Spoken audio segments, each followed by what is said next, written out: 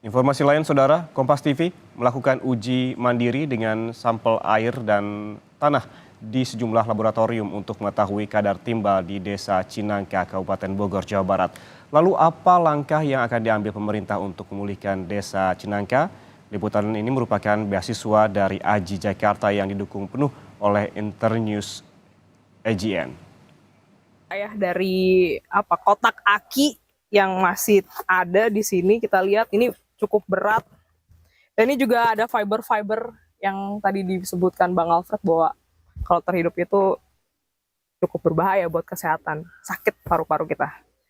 Dan ini tinggi banget, banyak banget dan luas sampai ke sana.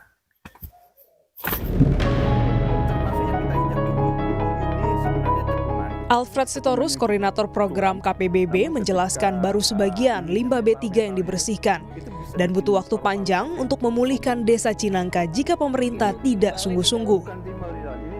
Di bawah 20% dan total dari keseluruhan Desa Cinangka itu, itu ya perlu 40 tahunan kalau tidak ada political will dari pemerintahan pusat dan pemerintah daerah, provinsi gitu untuk melakukan clean up di Desa Cinangka. Kami melakukan uji mandiri untuk mengetahui kadar timbal yang terkandung pada air di Desa Cinangka dengan mengambil sampel di sejumlah area.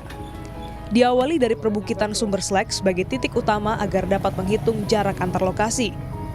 Titik pertama di Jalan Tegalwaru Perbukitan Sumber Terak, kedua SDN Cinangka 03 berjarak 900 meter, ketiga Kantor Desa Cinangka berjarak 1,2 km, keempat sungai di dekat rumah Fahrul berjarak 900 meter, kelima, rumah warga di Jalan Raya Bojong Jengkol, Ciampea berjarak 3,2 km. Kami membawa sampel itu ke Laboratorium Kesehatan Daerah DKI Jakarta untuk mengetahui kadar timbal yang terkandung di dalamnya. Berdasarkan hasil uji, 5 sampel yang diambil dari beberapa titik menunjukkan kadar timbal di bawah 0,0017 mg per liter. Pengujian ini menggunakan metode Inductively Coupled Plasma Optical Emission atau ICP-OES dengan satuan miligram per liter untuk pemeriksaan logam dalam air. Namun, teknik tersebut hanya mampu mengukur kadar timbal di ambang batas 0,0017 mg. Peneliti IPB Etiriani mempertanyakan hasil uji Kompas TV.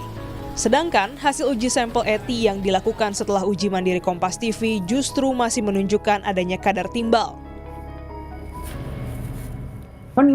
Kelihatannya ini berbeda ya dengan hasil penelitian yang kami lakukan. Karena kalau dari penelitian yang kami lakukan itu nilainya tidak sampai sekecil itu, sama-sama menggunakan ICP-OS padahal. Tapi kami lakukan di lab yang lain. Kami pun memutuskan melakukan uji tambahan laboratorium berbeda di lab komersial BRIN Serpong, Banten.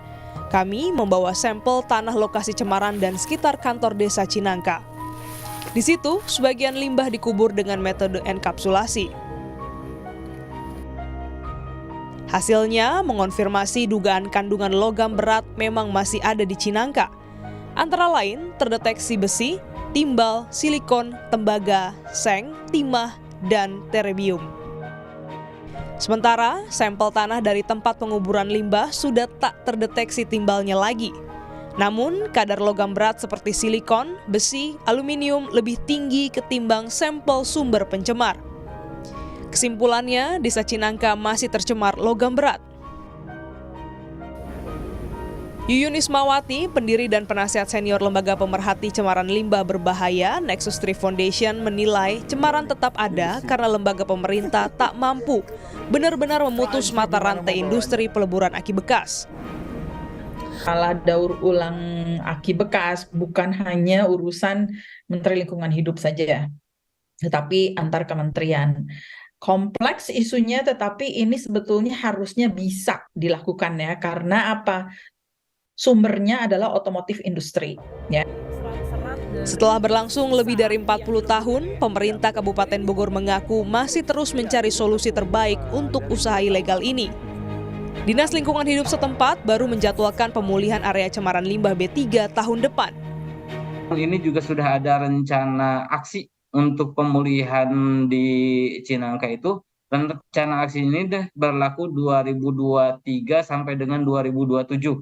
mudah-mudahan kita bisa mulai di 2024 karena rencana aksinya sendiri di akhir 2023. Pejabat terkait di tingkat pusat, Dirjen Pengelolaan Sampah Limbah B3 KLHK, menjanjikan cemaran di Cinangka akan dituntaskan.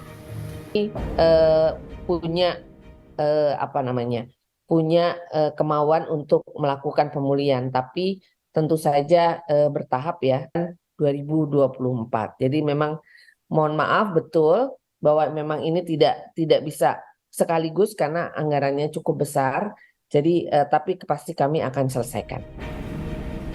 Warga masih menunggu aksi nyata pemulihan Desa Cinangka dari limbah B3. Akankah janji tersebut dapat dituntaskan tepat waktu?